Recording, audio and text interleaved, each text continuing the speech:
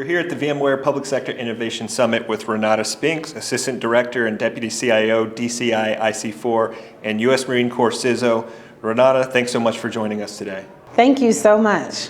So Renata, I'd love to start our conversation today with a question on how you see your agency's constituents benefiting from the adoption of a multi-cloud IT strategy.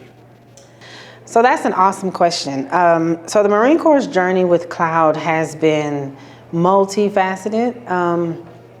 Whether that's end user support for email, such as O365, everyone went to the O365 area because of teleworking and COVID-19, but for Marine Corps, we were already on that journey to take advantage of different capabilities that we already had procured previously.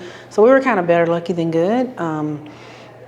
And so that was awesome. But we also have cloud applications. And these applications are sitting in data centers all across the world that the Marine Corps is either sustaining, they're maintaining, and we're operating out of. And so it was so necessary to take a look at industry and see what kind of commercial opportunities do we have to migrate our data to the cloud. DIS has done a great job of having a lot of those offerings.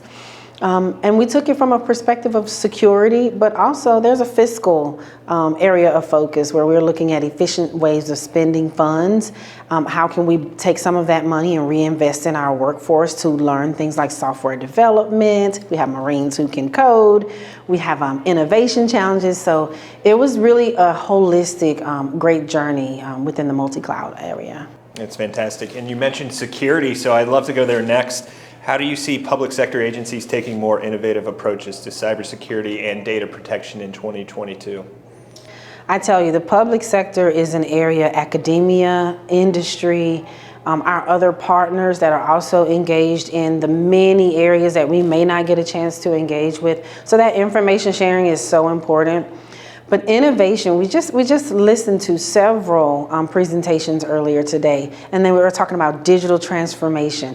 I like to say the Marine Corps is on a path of revolutionizing our information environment because there are so many drastic changes that people think about at the Marine Corps, and they are literally shocked at some of the things that we're doing within our culture. So I think adopting innovation is an area we've definitely matured in. We've adopted agile practices in our areas of software development, and we're learning. We're learning about those different platforms and opportunities that are already in place, and industry is helping us figure it out. And so we take a team of team approach.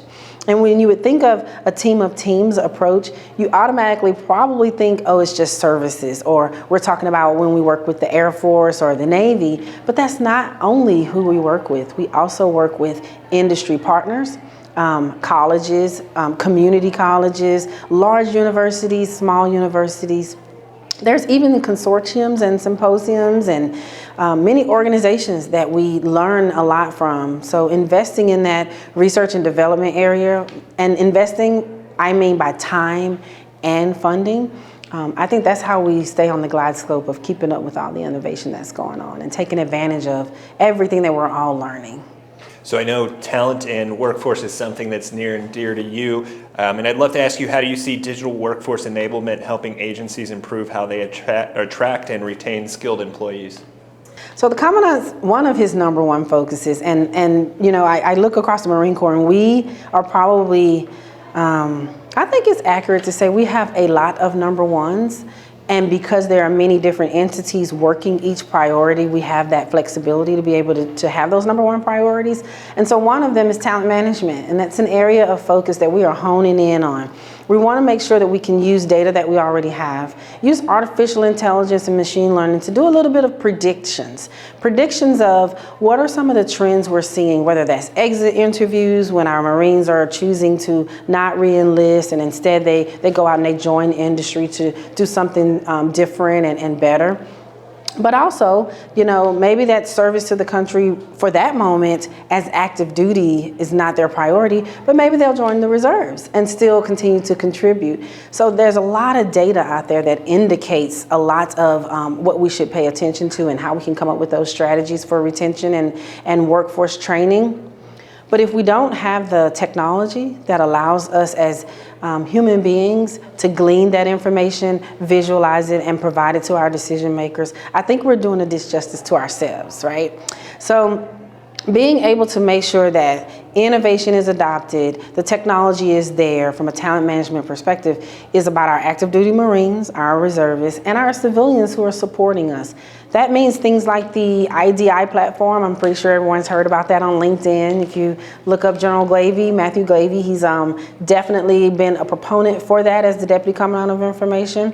But we're also looking at other ways that we can involve our workforce. How do we take advantage of fellowships, not just at the Naval Postgraduate Schools and things that you hear a lot about, even up at Fort Meade with our More for Cyber teams, but there's also opportunities for online learning. That's one thing that we've done a great job of shifting to, is getting those opportunities for online learning. There's a lot of platforms that we can use, not just YouTube, because I go to YouTube a lot and look up things like cloud security, and there's plenty of opportunities there. But we also want to make sure that they can walk away, our workforce can walk away with something in hand that shows their level of proficiency, that rewards them for the time that they have spent learning these new ways of adopting new technology and learning the skill set. So that certifications, certificates of trainings, recognition just within our Deputy Commandant of Information environment, whether that's being a champion of cloud is something that we're looking at. How can we recognize our workforce? Because that recognition drives appreciation, and when you feel appreciated, you'd be surprised how much people can continue to produce for you. That's great. So as we close out, you mentioned it a little bit earlier in our conversation, but agencies had to move rapidly during the pandemic to acquire new IT solutions, and I would be curious, how do you see those efforts impacting longer-term acquisition reforms moving forward? Well, I think it's already impacting acquisition reform. A lot of what the Department of Defense is seeing, we just saw a recent, I want to say April, it may have been March or February, when the Secretary of Defense office came out with a few opportunities within what we call rapid acquisition. There are other opportunities within the acquisition and procurement community, such as other transactional authorities. There are many ways that we are now working with the acquisition teams to continue to take advantage of training credits on contracts. A lot of that already existed, but I think we did not do probably a good job of recognizing what that meant. And to be totally honest with you, in all transparency, most times when I read a contract, I go straight to my products. You know, I go straight to the tools that I'm looking for, those deliverables. Recently, I've started to say, well, where's the training section on here? Only to find out that those training credits are there. And so we've been making some very deliberate approaches in the past 3.5 to 4 years that I've been in the Marine Corps.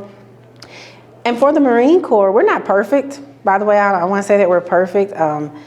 But one thing I noticed when I first joined the Marine Corps 3.5 years ago was training was not a conversation that was a dispute. That was something that was always championed. It is a requirement all the way up to intellectual curiosity from a technical perspective. But we're some of the fittest Marines in the world because we've enforced, physical fitness as well as, mental health, as well as, building those skill sets. So training has never been something that you saw leadership push back on, and I love that about the Marine Corps. It's fantastic. Well, Renata, as always, it's a pleasure to chat with you. And again, thank you for joining us at the Public Sector Innovation Summit. Thank you so much for having us.